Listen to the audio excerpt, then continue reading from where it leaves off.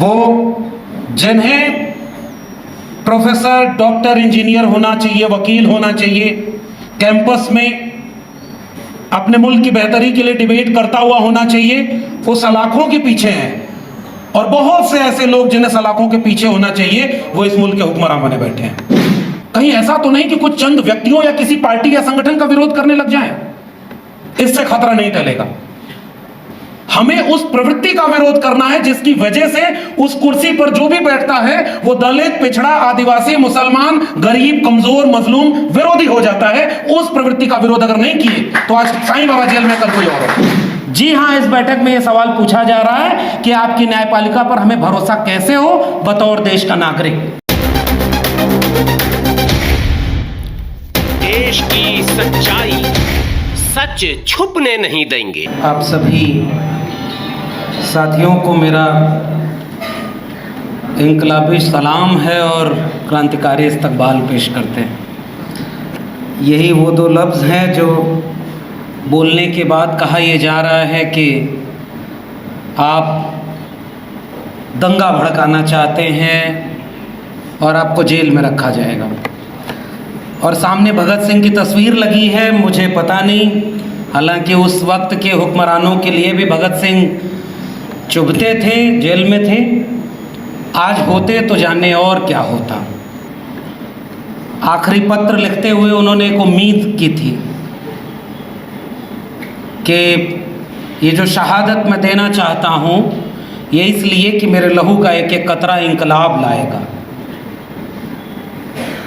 पता नहीं वो इस बात को बहुत दूर तक नहीं जानते रहे होंगे कि आज़ादी का अमृत महोत्सव वो जब मुल्क मनाएगा उस समय इंकलाब शब्द भी जेल में जाने के लिए काफ़ी होगा। हम इस दौर में हैं और प्रोफेसर साईं बाबा या इस तरह के जितने भी लोग हैं, मसलन प्रोफेसर साईं बाबा को इस समय अपनी कक्षाओं में होना चाहिए था, अपने विद्यार्थियों के साथ होना चाहिए था, अपने शोध को, किताब को, किसी लेख को लिखते हुए इस मुल्क की बेहतरी के लिए कुछ बतौर प्रोफेसर कुछ अपना योगदान देने का जो मौका सौंपा गया था उसे निभाते वो, मगर आज वो सलाखों के पीछे हैं। प्रोफेसर हैनी बाबू अपनी कक्षाओं के विद्यार्थियों के बेहद प्रिय थे, जन आंदोलनों की आवाज़ थे। और चाहे वो रोस्टर आंदोलन हो या विश्वविद्यालयों में रिजर्वेशन की लड़ाई हो, उसमें भी बहुत मुखर होकर के आगे खड़े होते थे। और आज उन तमाम जगहों से हटाकर जेल में बंद कर दिए गए। मुझे लगता है कि निजी तौर पर इन लोगों का नुकसान तो है। उमर खालिद के जेल में होने का, तमाम शोधार्थियों के, सामाजिक कार्यकर्ताओं के जेल में होने का उनका और उनके परिवार के लिए बेहद अफसोसजनक हालात तो हैं। ये वही समझते हैं कि उनके घर में लोग कैसे इस बात को कबूल कर रहे होंगे, हर दिन कैसे उन पे क्या क्या जुल्म सितम एहसास होता होगा। जब ये जिन पे गुजरती है वो ज़्यादा बेहतर समझते हैं।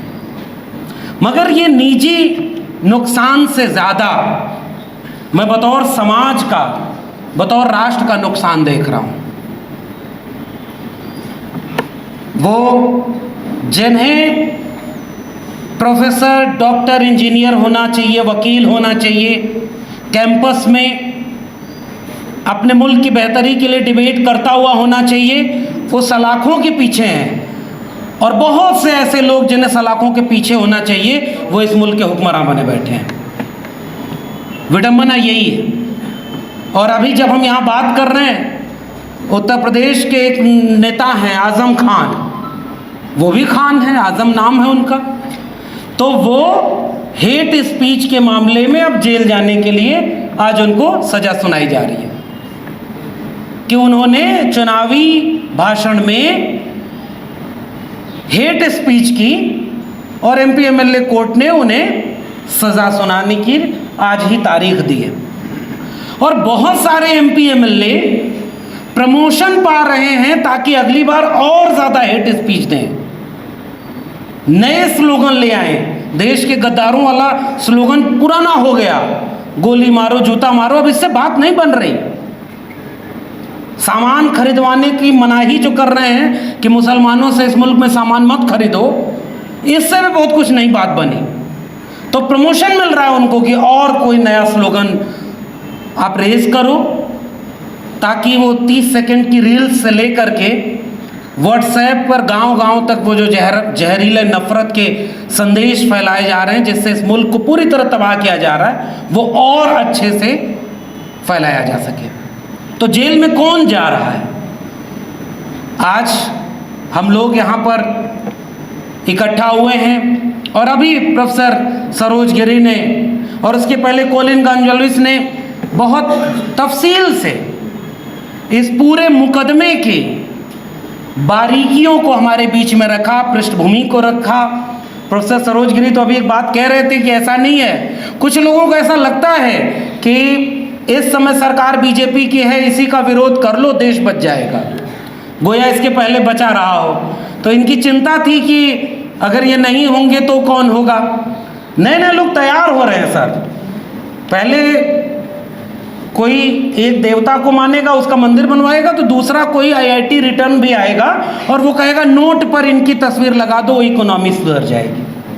तैयार हो चुके हैं लोग, पढ़े लिखे लोग, और उनको ये लग रहा है, उनके प्रवक्ताओं को लग रहा है कि हम तो बीजेपी को काटने के लिए उनसे ज्यादा कट्टर हिंदू बन गए, अब बीजेपी विरोध करके दिखाए।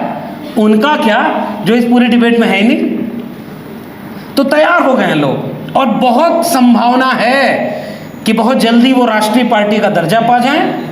बहुत जल्दी पूरी मेन स्ट्रीम मीडिया ये दिखाने लगेगी और पूंजी उनके पीछे से ये कहने लगे कि नहीं नहीं वाकई देश में बहुत माहौल खराब है, अब एक नए ईमानदार, कट्टर ईमानदार, ईमानदार से काम नहीं चलेगा, कट्टर ईमानदार, कट्टर देशभक्त को अब इस मुल्क को सौंप देना चाहिए। और इसलिए मैं इस बात से पूरी तरह सहमत हूं कि हम लोग कहीं ऐसा तो नहीं कि कुछ चंद व्यक्तियों या किसी पार्टी या संगठन का विरोध करने लग जाएं, इससे खतरा नहीं टलेगा।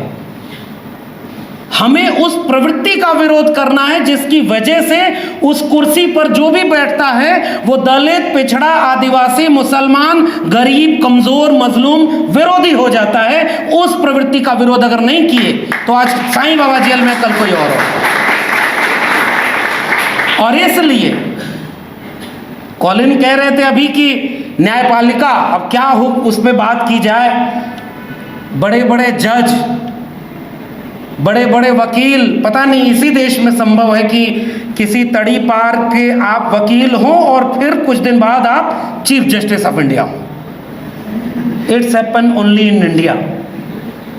और उसके बाद 4 जज निकले थे, प्रेस कॉन्फ्रेंस किए थे कि लोकतंत्र खतरे में है, हम 20 साल बाद आने वाली पीढ़ियों को क्या जवाब देंगे अगर आज ये प्रेस कॉन्फ्रेंस नहीं किए। उन्हीं में से कोई एक व्यक्ति जाकर राम मंदिर का फैसला सुनाया और अगले दिन राज्यसभा की शपथ ले लिया। कहाँ गई वो नैतिकता जिससे हम कभी कभी उसके बीच से ऐसे ऐसे स्वर सुनाई देते हैं कि वो बहुत अच्छे लगने लगते हैं कि जुडिशरी खत्म नहीं होगी, कुछ जज निकल के बाहर आए। और इस समय क्या हो रहा है, और मतलब सोचिए ना, संस्थाओं को इतना कमजोर कर दिया गया है कि दिन रात टीवी पर बैठकर दंगाई नफरती डिबेट करने वाला एंकर जिस दिन सरकारी प्रवक्ता से एक लाइन पूछ दे उसको वाहवाही मिलने लगती है कि देखो ये कितना अच्छा पत्रकार है, हम यहां पहुंच गए हैं। बाकी वो दिन रात इसी तरह, कई बार ऐसा तो नहीं कि हम लोग शायद अपने को खुश रखने के लिए, अपने को दिलासा दिलाने के लिए इस तरह के आयोजन कर रहे हैं। यह आयोजन जरूरी है, मैं जानता हूं कि कितना जोखिम उठाकर लोग ये आयोजन करते हैं, और हम लोग भी जो यहाँ बैठे हैं, ठीक कहा प्रोफेसर साहब ने कि फाइल तो बनी है, बनी हुई है, उसमें नए पन्ने जुड़ेंगे कि आज की बैठक में क्या क्या बोला गया। जी हाँ, इस बैठक में ये सवाल पूछा जा रहा है कि आपकी न्यायपालिका पर हमें भरोसा कैसे हो बतौर देश का नागरिक, जिस न्यायपालिका में कोई रिजर्वेशन नहीं। आज तक इस देश में रिजर्वेशन को गालियां कितनी दी गई। अच्छा, जिसको गाली पड़ती है ना, उससे पूछिए कि उसके ऊपर क्या गुजर रही है। और अलग अलग समय में अलग अलग लोग निशाने पर रहते हैं। और वो लोग आज ये कह रहे हैं कि जुडिशरी में कोलिजियम सिस्टम नहीं खत्म होना चाहिए। कोलिजियम सिस्टम में कौन है वकील, किसको जज बनाना है, ये सब कुछ तय है, और उसके बाद जो निर्णय आ रहा है वो सीधे सीधे संदेह पैदा कर रहा है। और इसलिए मैं उत्तर प्रदेश से लेकर के या देश के कई हाई कोर्ट से लेकर के सुप्रीम कोर्ट के तमाम न्यायाधीशों के सामने एक सवाल रख रहा हूं। आपके जुडिशरी के लिए तो ये कहा गया कि कोई मुल्जिम छूट जाए वो चलेगा, कोई अपराधी बरी हो जाए वो चलेगा, कोई निरपराध को सजा नहीं मिलनी चाहिए। न्याय का इस्तकबाल बचा रहे वो मुझे लगता है कि इस समय वो पूरी तरह खो चुका है। ढेर सारे बेगुनाह कैद हैं। अगर इस बात को जो नहीं समझते उन्हें इस मुल्क की जेलों में जाकर देख लेना चाहिए कौन जेल में कैद है। हम भले इससे हिम्मत दे रहे हैं अपने को इस आज की बैठक में कि किस किस को कैद करोगे। कोलिन एक बात और कह रहे थे कि कुछ अच्छे जज भी वहां बैठे हैं। भाई इस मुल्क में मेरा मानना है कि 80% लोग अच्छे हैं, मगर वो चुप हैं। वो अच्छे प्रोफेसर बने बैठे हैं, वो अच्छे विद्यार्थी बने बैठे हैं, वो अच्छे परिवार के पिता पुत्र भाई बहन बने बैठे हैं। बहुत अच्छे लोग हैं, मेरे विश्वविद्यालय में बहुत अच्छे लोग हैं, लेकिन उसी विश्वविद्यालय में जब गोबर पर रिसर्च और गौशाला खुल रही है वो अच्छे लोग कहाँ खड़े हैं? मेरा ये सवाल है। अगर आप अपने विश्वविद्यालय को नहीं बचा पाए तो आप अच्छे किसके लिए? तो वो जज अच्छे किसके लिए? वो समाज अच्छा किसके लिए? वो सारे खामोश लोग हैं। और होता यही है, मैं फिर से कह रहा हूं, इस तरह के आयोजनों में मैं केवल एक बात कहने आया हूं, हम नहीं बचा पा रहे प्रोफेसर साईं बाबा को, प्रोफेसर हनी बाबू को, अनंत तेलतुबड़े को, उमर खालिद को, मगर हम यहां इसलिए खड़े होते हैं और बार बार मिलते हैं और बार बार ये कार्यक्रम करने की जरूरत है ताकि हम खुद को एक हिम्मत दे सकें कि जब सब खामोश हो रहे हैं, जब मुल्क के हुक्मरान कहते हैं झुको और लोग रेंगने लगे, उस वक्त हम एक दूसरे से हिम्मत लेने आते हैं कि नहीं, सारे लोग रेंग नहीं रहे, कुछ लोग हक हुकूक की बात कर रहे हैं। और जो जेल में हैं, इस बात को, इस मुल्क के निजाम को सामने दिल्ली में खड़े होकर हम ये कहते हैं कि जेल में जिन्हें होना चाहिए वो कुर्सियों पर हैं। और मैं इस बात को ये कहते हुए कि इन सारे लोगों को बरी किया जाना चाहिए। और कोलिन एक बात कह रहे थे, मैं वही सोच रहा हूँ, वो तो पढ़े लिखे समझदार वकील हैं, वो कह रहे थे कि बहुत डर लग रहा है। मैं तो बार बार कहता हूँ, इंदिरा गांधी आज होती तो पछताती कि हमने घोषित इमरजेंसी क्यों लगा दी इस देश में। सब कुछ अच्छे से चलते रहने के बाद भी हम दमन करने में कामयाब हो सकते हैं। कोलिन कह रहे थे कि अब इस मुल्क में संविधान सम्मत बातें करना भी खतरे से खाली नहीं है। बिल्कुल ठीक बात है। और प्रोफेसर अपूर्वानंद ने जो इस देश के गृह मंत्री और प्रधानमंत्री के बयान का जिक्र किया कि हमें हर तरह के नक्सलियों को खत्म करना है, असल में उनकी मंशा है कि हर सवाल पूछने वाले को खत्म किया जाए, मगर हम ये सवाल पूछते रहेंगे कि हम इनके साथ खड़े हैं। और इस देश के आम आवाम, और मैं बिल्कुल सहमत हूं कि इस मुल्क के आम आवाम को इस बात को समझाने की जरूरत है कि जो जेल में हैं वो बुरे नहीं, वो आपके लिए लड़ रहे हैं, क्योंकि कल जो जेल में थे वो आज हमारे नायक हैं। कल जिनको जेल में डाला गया, जिनको फांसी पर लटकाया गया, वो आज हमारे नायक हैं। और जो माफ़ी मांगते थे उनको लाख कोशिश कर लो, माफ़ी मांगने वाले कभी नायक नहीं बन पाएंगे। आज आपकी सत्ता है, आप किसी को भी नायक बना लो, मगर जो हमारे हिस्से की लड़ाई लड़ रहे हैं हम उनके लिए बोलने आए हैं। और उससे बड़ी बात, हम अपने लिए बोलने आए हैं और हम चाहते हैं कि इन सभी बंदियों को तत्काल रिहा किया जाए ताकि ये मुल्क और इसके आइन को बचाया जा सके। बहुत शुक्रिया।